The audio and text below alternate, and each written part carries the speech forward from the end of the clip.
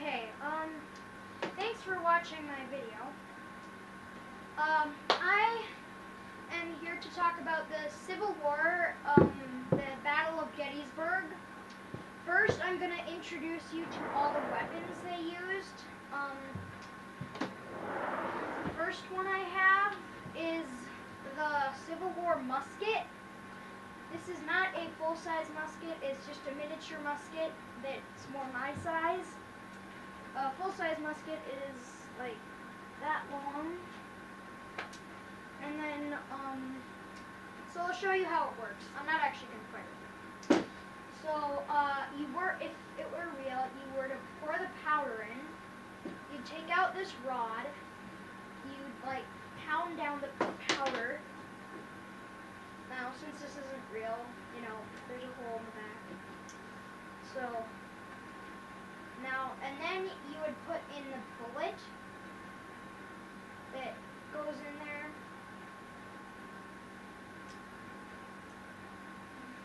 And then, well, actually, you'd either put in the wadding, which is that little, like, white stuff that protects the ball from any extra gases escaping. Then you would either put the ball in, or you would wrap the ball in the wadding and pat that down. And then you'd put this away,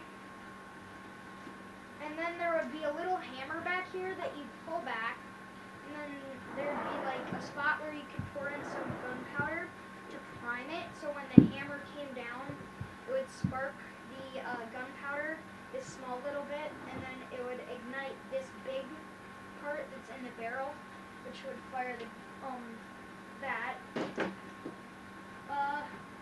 Secondly, we have a Colt rifle. Now this is real. Oh! Oh! Oh! Oopsies. Now they did not necessarily have these guns. These were not like invented yet because they had these chambers.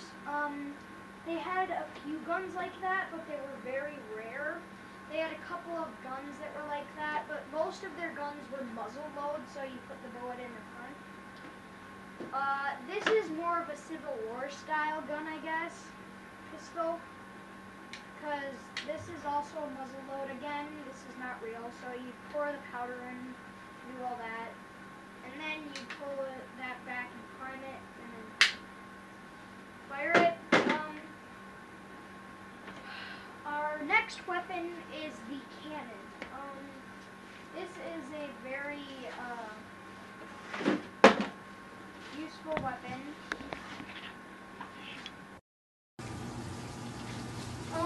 Our next weapon is the cannon. This was commonly used. I'm sure you've all heard of the cannon. I have a cannonball here. Not going to load it, but so they'd put the cannonball in right here. Then they'd put this in and push it down.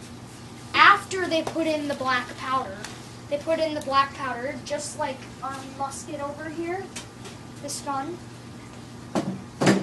Then they'd push it down, and push it all down. And once that's done, they'd put a fuse in a hole right here and light it, and then that would, after they aim it, and that would shoot it. And our second to last weapon, well, kind of, this is just a knife. They used it, they usually carried it right here like a pocket knife. Or sometimes they'd have like a little knife on the end of their gun right here, as I'm sure you've all seen before, for stabbing. Like, I'll talk more about it later. And then our last weapon I couldn't happen to get, but it is a sword. And now I am going to go back in time with this right here. And never actually tried doing two things at once. So I've already turned this on. Lights up. Turn it to 1863.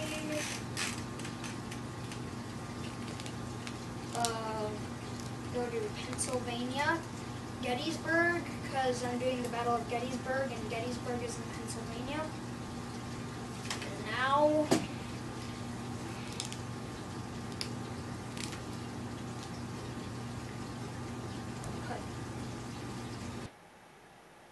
I am here in Gettysburg, and the battle is about to take place. The Union Army is coming right now, and I think I'll ask them a couple questions about what it's like to be a soldier. Hello. I am here to ask you a couple of questions about Union. Okay. You're not a spy, are you? For the Confederates? No, trust me, I'm not. Are you sure? Yes, I'm sure. Okay. Then what do you want to know? Well, I want to know, what is it like to be, a soldier in the Union? It's really hard. I miss my family. I miss my family a lot, and we only had 3 weeks of training, so I'm a little bit scared to go on the battlefield. Sounds scary. It is. So, where's your position? I'm in the artillery, so we get to fire the cannons to try to take out the Confederates. Sounds fun. It is. See, we have a cannon right here. Will you show me how it works? Sure. Okay, so with this cannon, first what I have to do is I have to pour in the black powder.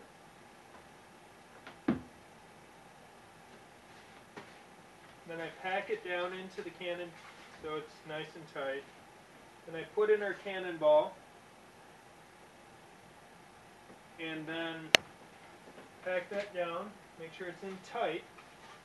So the cannonball will be launched far. And then I put a little bit of fuse in. And then I aim at my target. And then I take and light the fuse.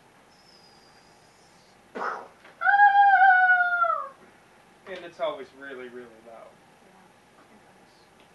Yeah, maybe you should have aimed it somewhere else. You might have gotten a couple of your troops. No friendly fire accidents here today. Oh, okay. Well, sounds interesting enough, but yeah, I've been also here for a little while, and they fed me these crackers. They're called like steel crackers. I don't have any with me at the moment, but they're like, I chipped a tooth doing one because they're like, in their name it says steel crackers because they're extremely hard. So we put them in coffee made out of dried peas because they couldn't afford coffee, so they just tried different recipes because they didn't really have coffee in the US. So they had tried different recipes, and one of them was grind up different dried peas. So it softens up the crackers, but the only problem is mealworms. You know, those little tiny things you can use to go fishing with? Yeah, they get in your crackers. It's ugh. So all you do is just pick them out and put them away and eat the cracker. Disgusting, but it works.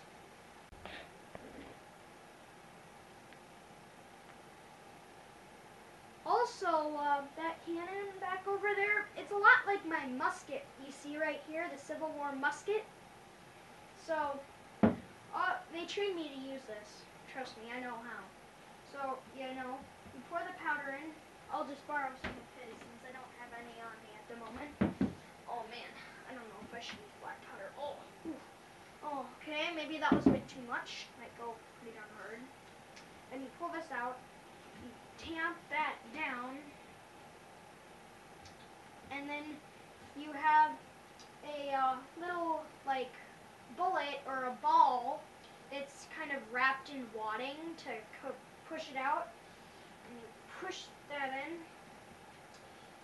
and you push that down, ugh. And then make sure it's all nice and tight, and then you put this away, and try not to get hit by any bullets, and then you aim it, steady it, and you, well, no, my bad, you don't fire it then. You pull back the hammer, you pour in a little more gunpowder just to prime it, so when the hammer, you pull the trigger and the hammer goes down and hits the gunpowder, it makes a spark which ignites the big gunpowder which shoots the bullet out and all that. And then when you aim it, you fire it, and I'll try not to hit the camera. Good thing I missed, just barely. And yeah, better get on my way so I don't get hit by a cannon or a bullet like I have right here.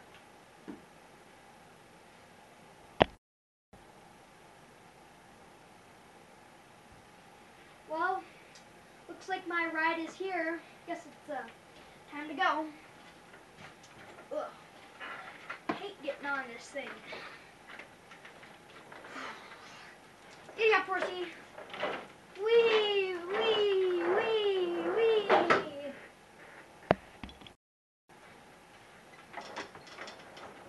Oh, here we are. Hello, peoples. Hello, sir. I'd like to ask you a couple questions about, what it's like to be a family of the, of the soldier. What does it kind of feel like? You know what I mean? Well, we're very proud of our husband and father, but we're sad too. We worry about him because the battles have gotten very Daddy! brutal. So we're worried. But we came here today to watch this Battle of Gettysburg. Okay, well, I'm sure you want to watch the battle, but the battle's getting kind of big, and it looks like it's gonna come right towards you. You know what I mean? I think we'll be okay. Whoa! See what I mean? A cannonball nearly hit your son in the face. Wow, I thought we'd be safe up here in the hill. Maybe we should get out of here. Yeah, why don't you pack up your stuff and pack up your blanket?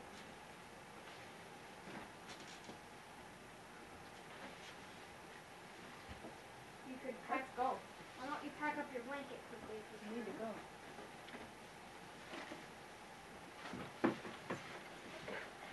Just follow me on my horse. Giddy up, horsey! Woo!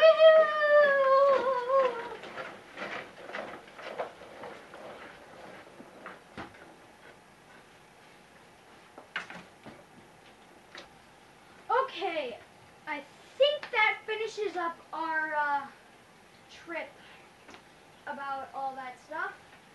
So, let's start with some other facts. The Battle of Gettysburg lasted 3 days. July 4th of 1863, July 1st of 63, sorry. I'm just completely thinking of other days and all that stuff. July 2nd of 1863 and July 3rd of 1863. Also, like I said, this is a musket. It is operated by pouring in the black powder. I don't have any with me. And then you tamp it down with this rod that goes in here like this. And then you sometimes you put the ball or the wadding in that little paper stuff that you put in right there. And sometimes you just put the wadding around the ball, and then you push it down no matter what. And then you do all that. Then, oh yeah, you push it back and then you put the primer in and you fire it like I said. Since it's not loaded, I'm not going to fire it. And then usually soldiers would carry like knives and stuff, sort of like this one right here I have. It's just a knife. I have, you know, so they carry a knife like this, and then sometimes, not all the time, but sometimes they'd have like a knife right here. So they'd go like shing, shing, shing, and just stab if they got into close combat. Because in close combat, they wouldn't have any time to reload their guns. Because if you shoot, then your enemies, like the Confederate, is going to shoot the Union, or the Union is going to shoot the Confederate. Also, the war was started by President Lincoln. He declared that slaves were illegal, and the southern states depended on slaves, and they were like, no, this is not right. We need slaves to run our businesses. And also it was just that the South really needed slaves, like I said, and then the North didn't really depend on slaves. It was also government, that the government wanted.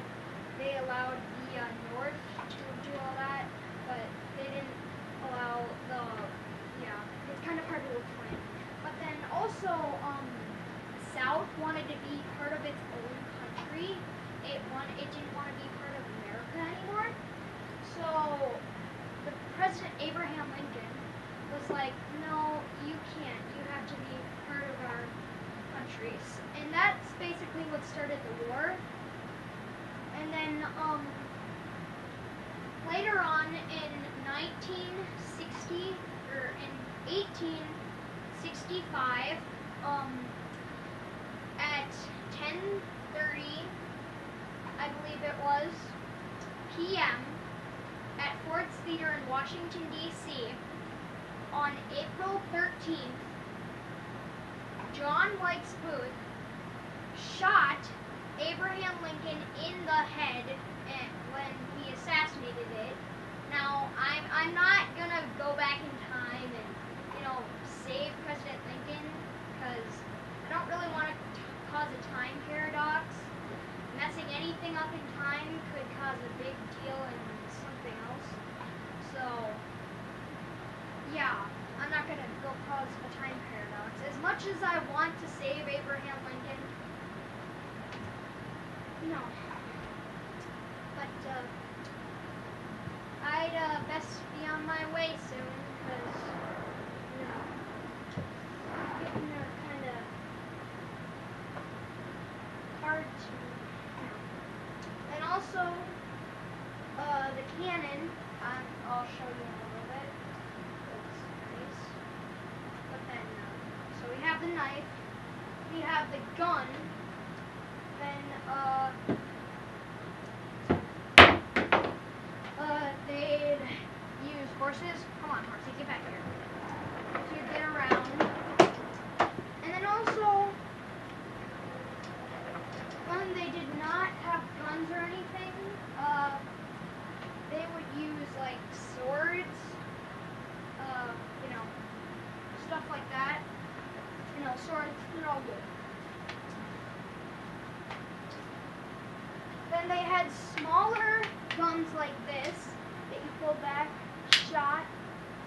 It's a lot like that, except they're not all muzzle load rifles. Then you have the cannon, which is almost exactly, it's really heavy. It's like the musket, because it's a muzzle load operation. So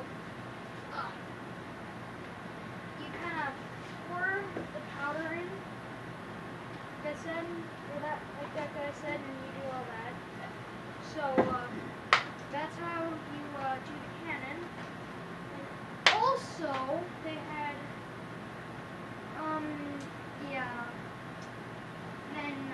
I have a cannonball right here if you'd like to see one. It's about this big. It goes inside the cannon like this after you pour the powder in. And then you take this piece and push it down. And that's only once you pour the powder. And then once you do that, you can put the fuse in and light it. Just like this part, except instead of putting in a fuse, you put in a primer. Okay, I think that wraps up all of our, stuff. So, just set the date to, I already turned this on.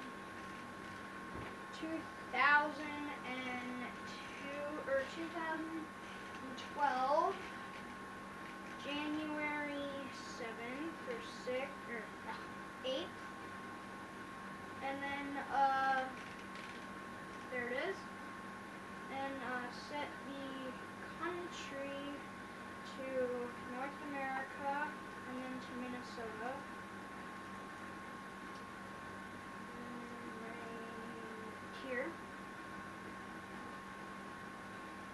I'm sure you're familiar with my time machine now that I've used it so many times. And now I am going to go now. Oh, just to let you know, the steel crackers, they're really gross. I do not like